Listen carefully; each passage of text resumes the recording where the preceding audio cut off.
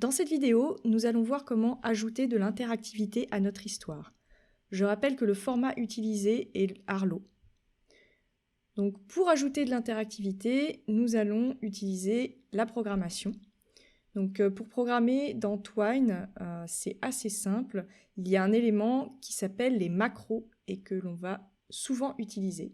Donc, les macros, qu'est-ce que c'est? Ce sont des petits bouts de code, ce sont des fonctions que l'on va insérer directement dans le texte de nos passages.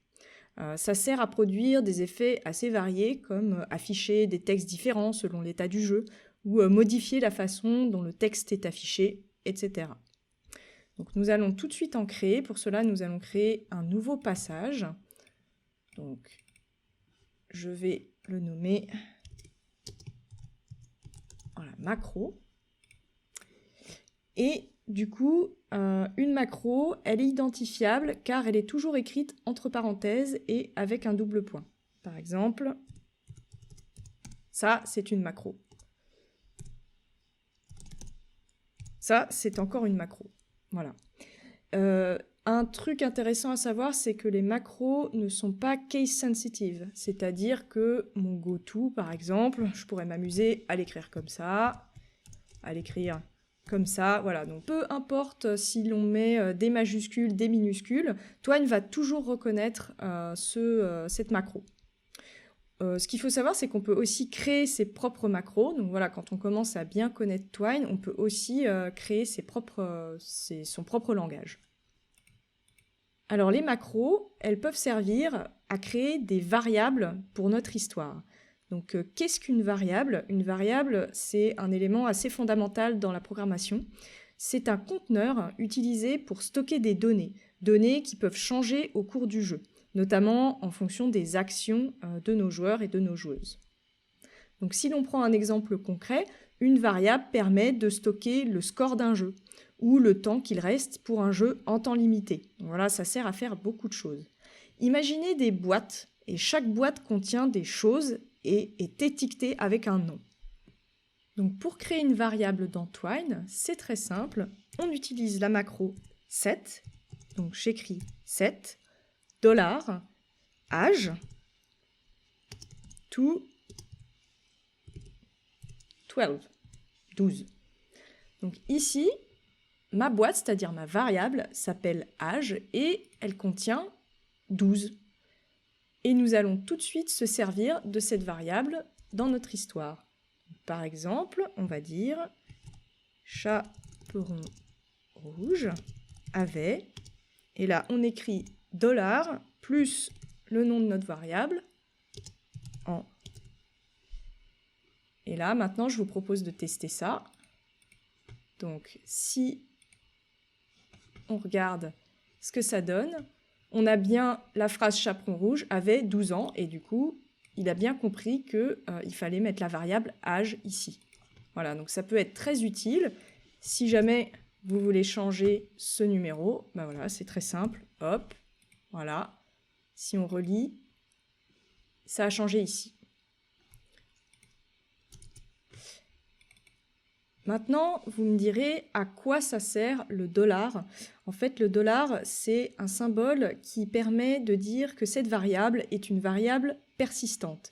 C'est-à-dire qu'une fois créée, elle peut être utilisée dans tous les passages de votre histoire. Et du coup, elle peut être changée n'importe où. Il existe aussi ce qu'on appelle des variables temporaires qui existent uniquement dans le passage où elles ont été créées. Donc pour rendre ma variable temporaire, j'utilise pas le $, mais l'underscore. Voilà, donc Twine nous dit bien, il reconnaît que c'est une variable temporaire. Ça peut être utile, mais nous allons surtout utiliser les variables persistantes. Donc voilà, je vais remettre le $. On peut typer une variable, c'est-à-dire préciser quel type de données on veut stocker dedans à sa création. Ici, notre variable âge que l'on a créée tout à l'heure n'a pas été typée, mais elle contient une suite de caractères, c'est-à-dire une string. C'est un peu embêtant car on ne pourra pas faire d'opération avec notre âge, donc on ne pourra pas l'additionner, le soustraire, etc. Car ici, Twine considère 14 comme une suite de lettres. Donc, pour utiliser plutôt des nombres, il faut enlever les guillemets. Les guillemets ici, en fait, signifient que ce qu'il y a à l'intérieur est considéré comme une suite de caractères. Donc, si j'enlève les guillemets, vous voyez, le 14 change de couleur, et là, Twine comprend qu'on utilise des nombres. Donc, je vous propose d'essayer de faire une opération avec. Donc, mettons, là, on a établi que l'âge était 14, mais on pourrait très bien le changer juste après. Donc, on met set âge to, et on va soustraire à âge, par exemple, 2.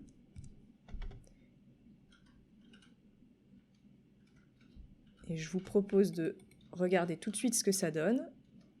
Voilà, du coup, Twine a bien compris que 14 était en réalité un nombre, et du coup, il a bien fait l'opération de soustraction. Donc maintenant, âge, on l'a vu, c'est bien devenu une variable de type nombre, mais comme elle n'est pas typée, on pourrait tout à fait changer sa nature en cours de route. Par exemple, là, je pourrais écrire set âge to blabla. Donc vous voyez, entre guillemets, on est retourné dans une suite de caractères. Donc là, par exemple, si je mets en mode lecture, voilà, il va passer à blabla. Si on veut garder le type nombre pour la variable âge, si on ne veut pas pouvoir changer en cours de route la nature de la variable, il faut la typer. Du coup, ce qu'on peut faire, c'est écrire devant le nom de la variable num type. Ce qui veut dire que dorénavant, âge ne prendra que des nombres. On ne pourra pas changer la nature de la variable plus tard. Ça peut être utile si on veut être sûr, par exemple, de ne pas faire d'erreur et de ne pas mettre une chaîne de caractères, par exemple, dans l'âge de notre personnage ou dans le score de notre jeu. Voilà. Donc pour connaître les différents types de données possibles pour les variables, je vous invite à consulter la documentation de Arlo, qui est le langage de programmation que l'on utilise dans Twine pour ces tutoriels, et le format d'histoire. Donc j'ai beaucoup utilisé cette documentation pour les tutoriels, elle est très complète en anglais, mais je vous conseille d'aller la voir pour aller plus loin. Voilà, merci d'avoir suivi ce tutoriel et rendez-vous pour le prochain.